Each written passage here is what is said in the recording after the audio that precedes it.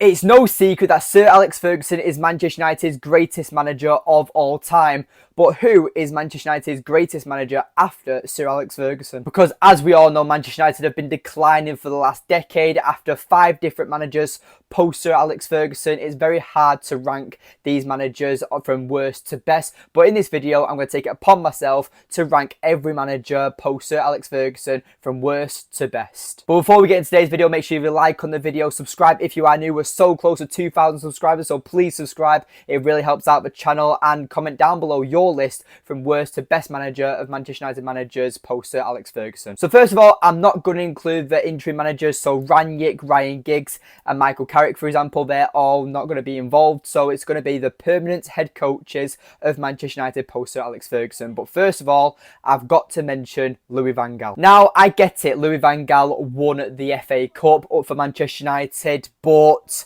for me, the football, the atmosphere, everything about that era of Manchester United was terrible. You know, if you went to the actual match-going games, you could just sense that people were going to games just for supporting Manchester United for the sake of supporting United. There was no confidence, no backing of the team. And yes, that FA Cup win under Van Gaal was brilliant. You know, the Jesse Lingard moment, which won it for us, was incredible. You know, and you're over the moon with that. But at the end of the day, like I said, the atmosphere, everything about Van Gaal, it didn't suit the Manchester United way. And for me, obviously this manager is going to be number 4, but I would have given David Moyes more time. You know, David Moyes didn't make it past 10 months at Manchester United, you know, and when you're supposed to be the successor of Sir Alex Ferguson, that's some pretty big shoes to fill in. And David Moyes was out of his depth, right, and rightly so. It was his time to go. But when Van Gaal is the replacement to Moyes, you kind of look at Moyes and be like, maybe he could have been given more time, because I would much rather have seen Moyes being given another season than see Van Gaal personally. But obviously this is my personal list, so you can let me know in the comments down below if you agree or disagree with me. But with Moyes, you know, he did have a very tough job. Obviously he won the Community Shield, which was great. But at the same time, the difference was you know, it's kind of like, for example, when you go to a bar and the lead singer's on at 7 till 8, you know, she's the main one, you know, and you've waited all night for her, and she's the main source of entertainment.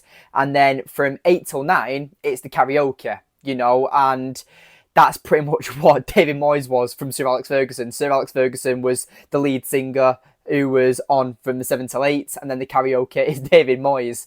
And I like David Moyes. Obviously, he's gone on to do well after Manchester United, obviously winning the Conference League, or was it the Europa League with West Ham. And, you know, he's done quite well post Manchester United. I just don't think he will ever be at the level of a Manchester United manager. Obviously, a West Ham legend. Obviously, he was sacked a few seasons ago. But David Moyes, for me, deserved a bit more time at Manchester United, but as it stands, I will keep David Moyes at 4th place. Now, the top 3 is where it gets interesting, because this is where it's based on preference. Now, I'm basing mine off success, and this is why Ole Gunnar Solskjaer is going to be 3rd place for me. Now, Ole Gunnar Solskjaer's style of football, I can see why he is so high on people's lists, because Ole doesn't really get the recognition he deserves, and with how toxic it ended and how poor it ended, you know, Ole Gunnar Solskjaer deserved to be sacked maybe. But at the end of the day, you look at the way it ended under Rangnick after Ole Gunnar Solskjaer got sacked, and you maybe do think that maybe Ole Gunnar Solskjaer could have done a Jurgen Klopp, where, you know, he was back to the end of the season, but announced to the fans that it will be his last season, so we can all get behind Ole for the rest of the season, maybe. We could have gone for that different approach, but obviously we can't change the past. And Rangnick came in as a replacement for Ole Gunnar Solskjaer. But I'm not going to sit here and slag off Ole Gunnar Solskjaer, because there were many moments where Ole Gunnar Solskjaer proved that he's a brilliant manager. And obviously, a lot of fans still live off the club legend. And for me, the reason why I've also put him at 3rd place is obviously he didn't win us a trophy. Yes, we were 1 penalty away from winning the Europa League, But the style of football as well was brilliant. You know, that lockdown season where we were undefeated from away. Yes, that was a brilliant record, and I'm pretty sure every United fan in the current day is dying for a record like that, to have a brilliant home record or a brilliant away record, because right now it's very questionable under Erik ten Hag. But with Ole Gunnar Solskjaer, obviously the club legend status was why a lot of fans got behind him originally, and as well that night in Paris. But I remember that game like it was yesterday. You know, I remember where I was. I remember who I was with. I remember what happened. And I would honestly rank that game. I'm only a young fan. I'm only 21 years old. I haven't had the experience and the privilege to watch the glory days of Manchester United. Like, obviously, the 1999, the 90, like, everything post 2003 is what I've watched. So, you know, to experience something like that, that night in Paris was amazing. Obviously, with the way it ended under Mourinho, Ole Gunnar Solskjaer came in, the odds were against us, and we did it. And yes, we didn't go on to win the Champions League, but still, them games, them moments are what count. And, you know, sometimes that even if you don't win a trophy, them games, like, just stay with you for a memory. And for me, it was just a brilliant night. And I have the utmost respect for Ole Gunnar Solskjaer. You know, I did feel like he was out of his depth, and with the way it ended, you know, we were pushing for the title. You know, Ole Gunnar Solskjaer got us second place, and the signing of Ronaldo, Varane and Sancho was probably the worst thing that could have happened to us, because Varane, probably not.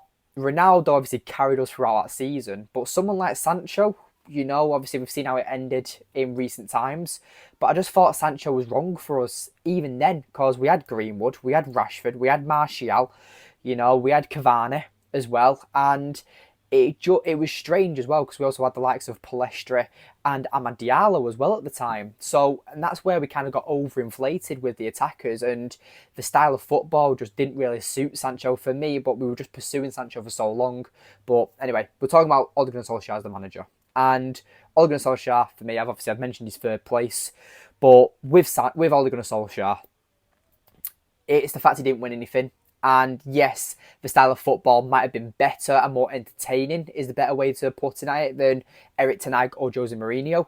But still, I rank their managers higher than Ole Gunnar Solskjaer. Now, this is the difference. Manager 1 or Manager 2. And I'm going to have to put Erik ten Hag second. I love Erik ten Hag. I was a massive advocate of him when he was linked to us. I wanted him over Pochettino. I've wanted him over every manager we've been linked to since he's been in the job. You know, Tuchel, Graham Potter, who else? Gareth Southgate. You know, there's been so many managers linked to Manchester United when it's gone wrong for Erik ten Hag. And I still want to back him. I still want to stick with Erik ten Hag. I do think he can take us to the next level. It's just getting everything. Like, a lot has changed at Manchester United under Erik ten Hag. He's had to deal with a lot. The Sancho situation, he handled perfectly. The Ronaldo situation, he handled perfectly.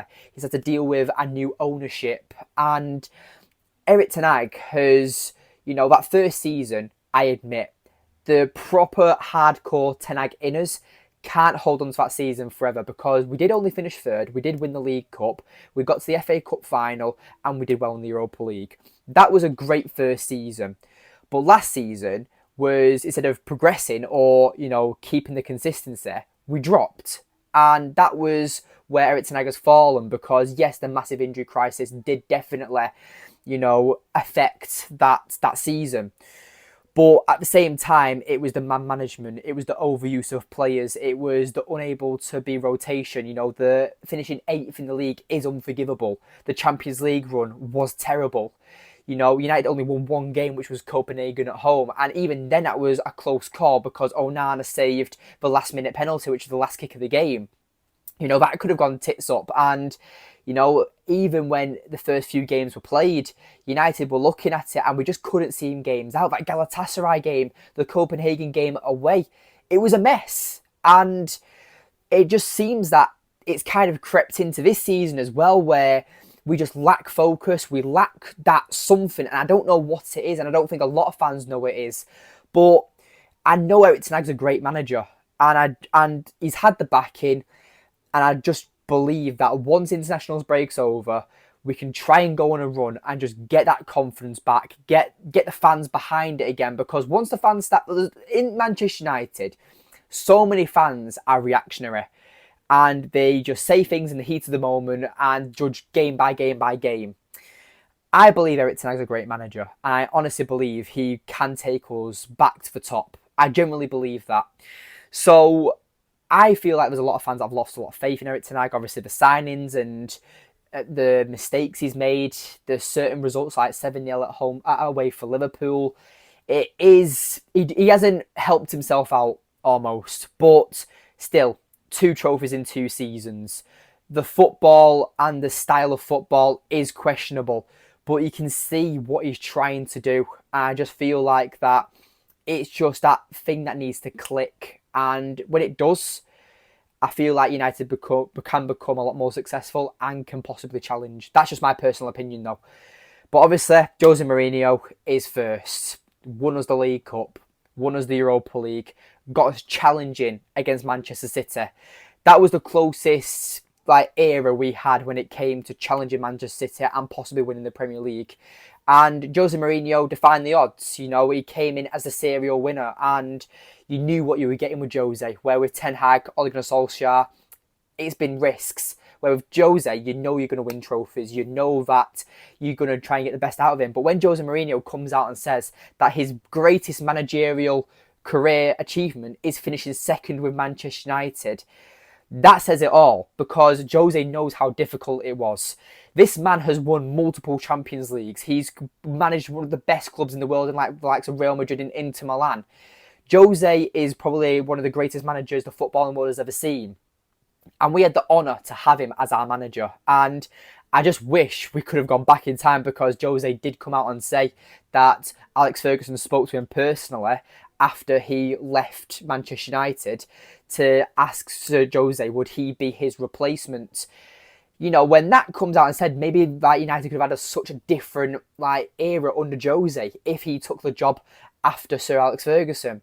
But unfortunately, it didn't. And obviously, Jose's demeanour came to an end, quite toxic like it did with previous managers.